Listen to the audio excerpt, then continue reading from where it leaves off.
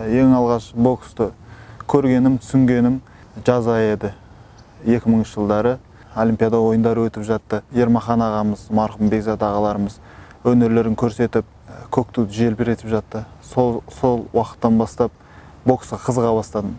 2003 жылы бірінші рет жарысқа қатысып, жеңілген болатын. Енді кішкентай болдым ғой, көрдім қандай екен, қандай қиындықтан өту керек екен. Марқұм әкем айтты. Жәнібек, көрдің бокстың қандай екен.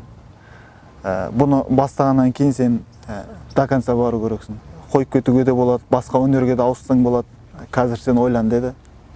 Мен көп ойланған жоқпын. Бір күн ішінде ойландым да айттым, әке, осы бокс таңдадым. Сол бокспен жүрем дедім.